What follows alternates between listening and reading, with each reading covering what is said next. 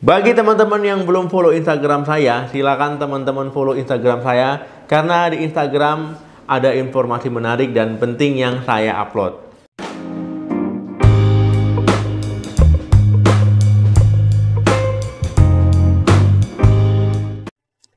Halo, assalamualaikum warahmatullahi wabarakatuh. Balik lagi di channel saya. Semoga teman-teman semua selalu dalam keadaan sehat. Amin. Teman-teman tahu tentang penyakit tipes ataupun demam tipoid? Nah, yang tahu silakan tulis di kolom komentar. Ya, sebenarnya sakit tipes ini sakit apa, kenanya karena apa. Nah, sampai di media sosial itu banyak saya lihat meme-meme ataupun gambar lucu-lucu ya. Itu misalkan kerja, ujung-ujungnya tipes.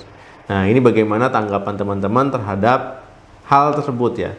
Kalau seandainya teman-teman tidak bisa memberikan tanggapan, silakan tonton video ini sampai habis. Ya, supaya bisa memahami ataupun menjawab yang saya katakan tadi dari gambar tadi ya.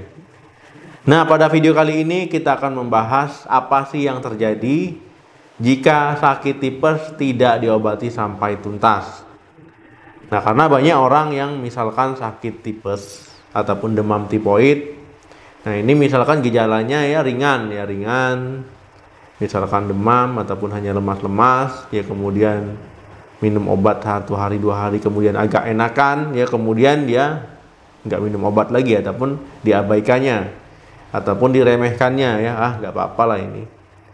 Nah, tipesnya udah biasa nih. Nah, itu sebenarnya tidak boleh ya, bisa berbahaya karena sakit tipes kalau seandainya tidak teman-teman obati sampai tuntas ataupun teman-teman remehkan, ini bisa menimbulkan komplikasi-komplikasi yang akhirnya malah sangat merugikan bagi tubuh teman-teman sendiri.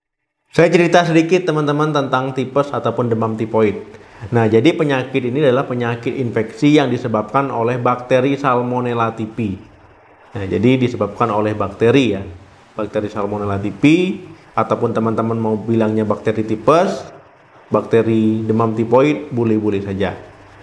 Nah, bakteri ini ya dia biasanya hidup di air yang terkontaminasi. Ya, bisa hidup di air, kemudian bisa menempel di makanan akhirnya ya ataupun di minuman. Nah, kemudian teman-teman ya biasanya ini akibat teman-teman jajan sembarangan ataupun mengolah makanan itu tidak benar-benar bersih ya. Memasak makanan itu tidak benar-benar matang. Nah, jadi teman-teman bisa terinfeksi akhirnya. Dan kemudian teman-teman, kondisi yang memungkinkan teman-teman untuk lebih mudah terinfeksi adalah ketika teman-teman kondisinya sedang drop, ya imunnya sedang tidak baik, ataupun daya tubuhnya sedang lemah.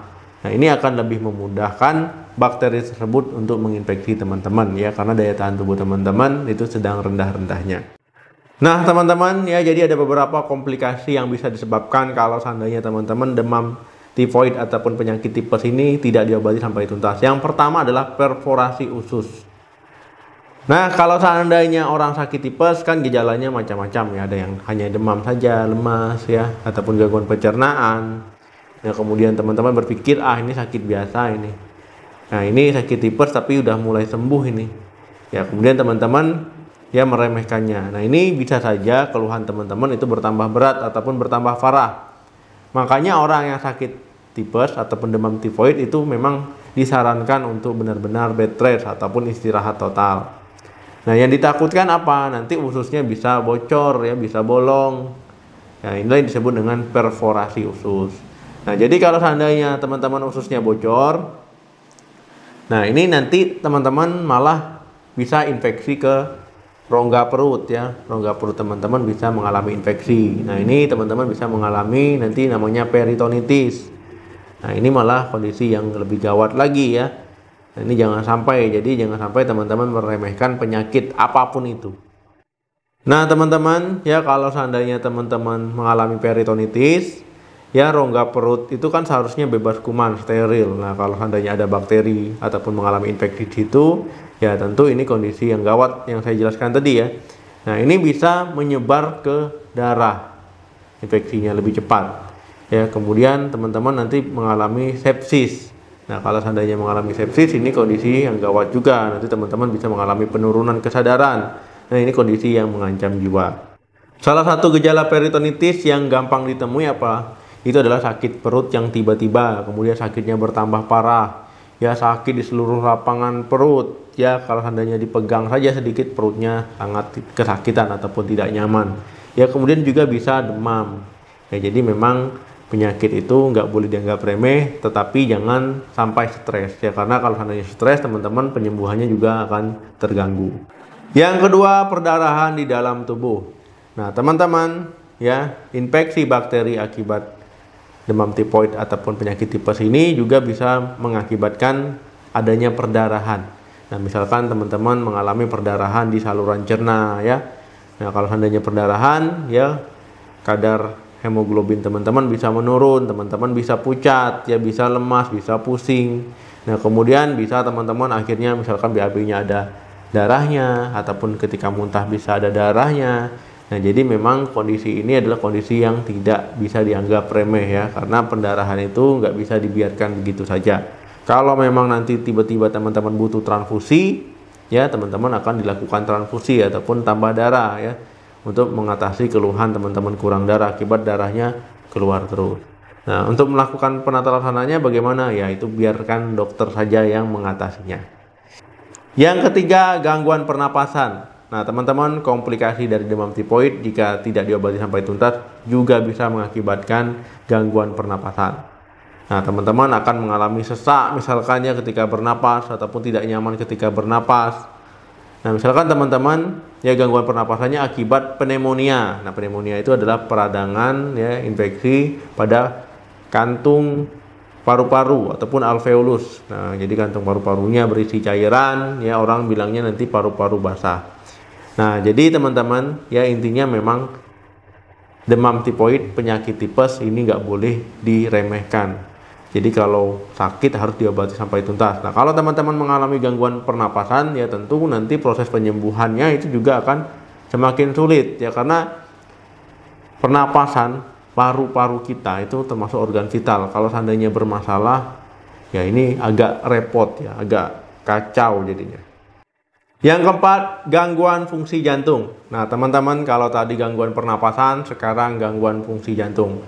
Nah ketika teman-teman demam tifoidnya tidak diobati sampai tuntas, ini juga bisa mengakibatkan gangguan fungsi jantung, ya. Ini akan mengakibatkan miokarditis ataupun peradangan pada otot jantung.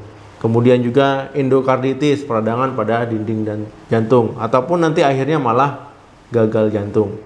Nah jadi memang teman-teman ya kalau seandainya tidak diobati itu nanti memang bisa kemana-mana karena bakteri tadi, ya bakteri Salmonella typhi. Nah teman-teman bisa nanti dadanya terasa sakit, sesak, demam, ya kemudian macam-macam ya keluhan akibat demam tifoid ini kalau seandainya nanti tidak diobati. Nah intinya teman-teman, komplikasi itu bisa terjadi, ya bisa terjadi dan bisa mengenai siapa saja. Nah jadi kalau seandainya teman-teman terkena tipes ataupun demam tifoid, ya itu lakukanlah pengobatan sampai benar-benar tuntas. Jadi jangan minum obat sehari 2 hari sudah enakan, ya sudah, ya itu nggak boleh. Memang harus benar-benar sampai tuntas. Ya ikuti arahan dari dokter, ikuti instruksi dari dokter yang memeriksa teman-teman. Nah kemudian yang terpenting juga teman-teman ya harus benar-benar istirahat, ya walaupun masih bisa jalan, walaupun masih bisa kemana-mana, ya istirahat, ya istirahat total, tidur, ya bed rest. Jadi kalau nggak penting-penting sekali ya jangan kemana-mana ataupun keluyuran, malah nanti naik motor. Memang bisa naik motor orang sakit itu masih bisa demam-demam, ya cuman itu tadi ya sempoyongan, pusing, ya jadi memang harus benar-benar istirahat. Kalau memang teman-teman misalkan kerja, ya buat surat sakit, ya karena kan nanti kalau seandainya teman-teman kerja kan mau izin sakit itu kan pasti diberikan, ya apalagi memang jelas karena sakit, jadi kasih surat sakit, ya istirahat benar-benar.